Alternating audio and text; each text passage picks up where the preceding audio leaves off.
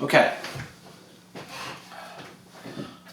Hello class. First of all, I want to show this is my main camera, just like you're going to be using at home where you're going to record into. I have the screen flipped out so I can see myself, although I recommend trying to look at the lens and not yourself. I use that just to set up, but I want to look here. I want to look at the lens. When I look at the screen, you can see I'm looking off to the side. When I'm looking at the lens, I'm looking right at you. And that's how you want to do it. I have another camera over here showing my whole setup. This is in my dining room. This is all I did. This is just the dining room wall. I moved stuff out of the way. This used to be over there.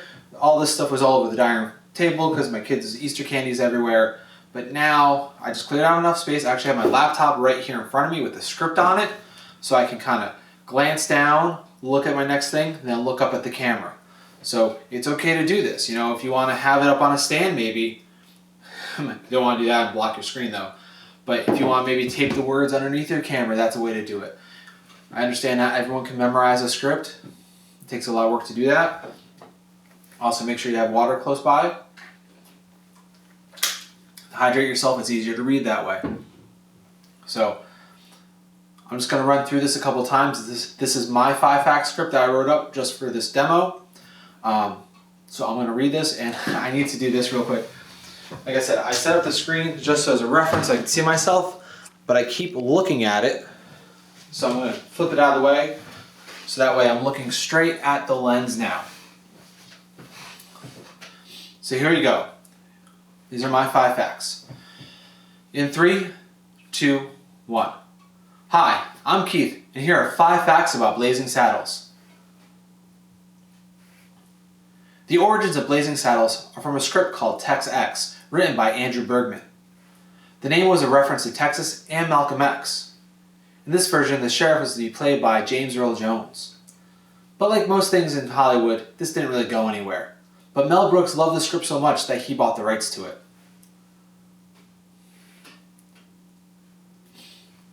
The liberal use of the N-word in this film might be...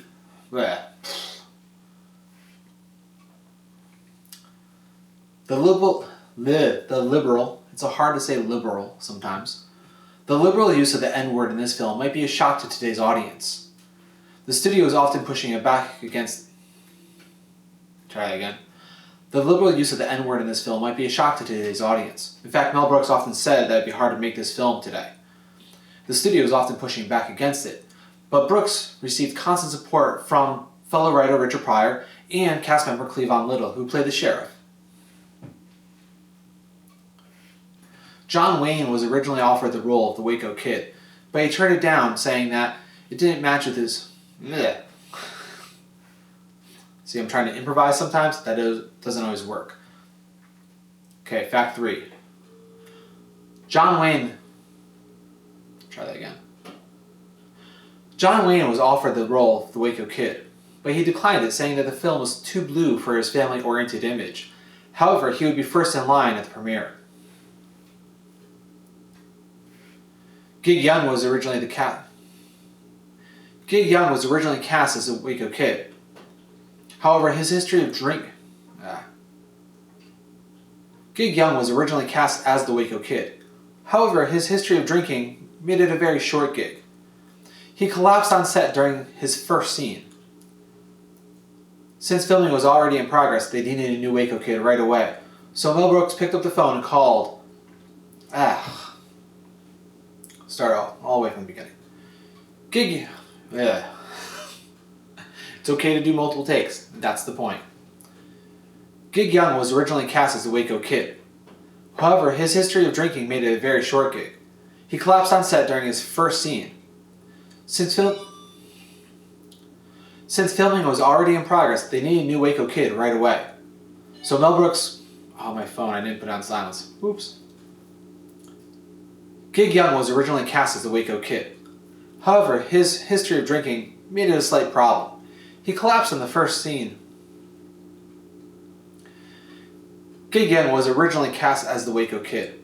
However, his history of drinking made that a little bit of a problem, since he collapsed during the filming of his very first scene. Needing a new Waco Kid, Mel Brooks picked up the phone and called Gene Wilder, who flew out the very next day.